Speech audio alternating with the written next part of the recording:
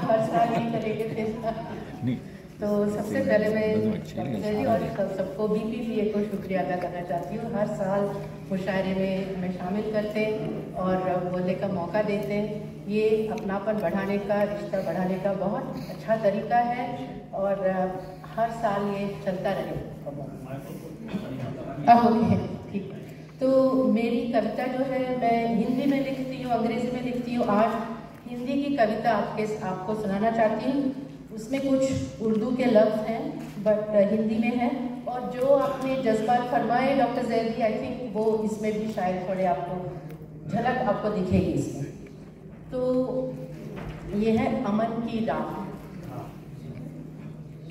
और हाल ही में जो हादसा हुआ एयर इंडिया का, जो बहुत ही दुख पहुंचा, सदमा पहुंचा सबको, तो ये मैं सोचने लगी कि उसमें कितने सारे लोग थे, कितने सारे अरमान लिए, आशाएं लिए आ रहे थे इधर, और कैसे कुछ क्षणों में वो आग ऐसी लगी कि सब कुछ भस्म हो गया।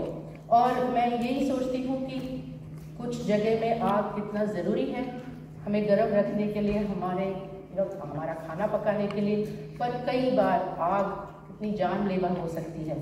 तो ये अमन की राह, ये कैसी आग है, ये कैसी आग है जो सीने के अंदर जले तो जज्बात को जुबां दे और आज़ादी की राह दिखाए। ये कैसी आग है जो आकाश से ज़मीन पर गिरे तो पलक झपकते जान ले और अरमानों को राख बनाए। ये कैसा पानी है जो फसल को सींचे, लोगों की कोख भरे और होठों की प्यास बुझाए। ये कैसा पानी है जो बाढ़ और तूफान बनकर शहर शहर पहल ढा दे और पीढ़ियों को खत्म कर जाए। ये कैसी हवा है जो फेफड़े से उतरकर सांसों को जान देती है और बदन में ठंडक पहुंचाती है। ये कैसी हवा है जो फेफड़े से उतरकर सांसों को जान देती है और बदन को ठंडक पहुंचाती है।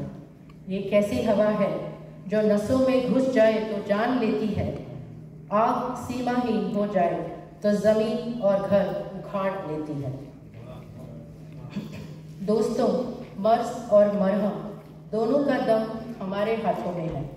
मर्ज और मरहम दोनों का दम हमारे हाथों में है। मोहब्बत या नफरत कहीं और नहीं, यही हमारे अंदर बसे हैं। तो पहने रिश्तों का कुर्ता, ओढ़े अपनापन का दुपट्टा, पाँव में वो जिंदा दिली के चप्पल और चल पड़े अमन की राह।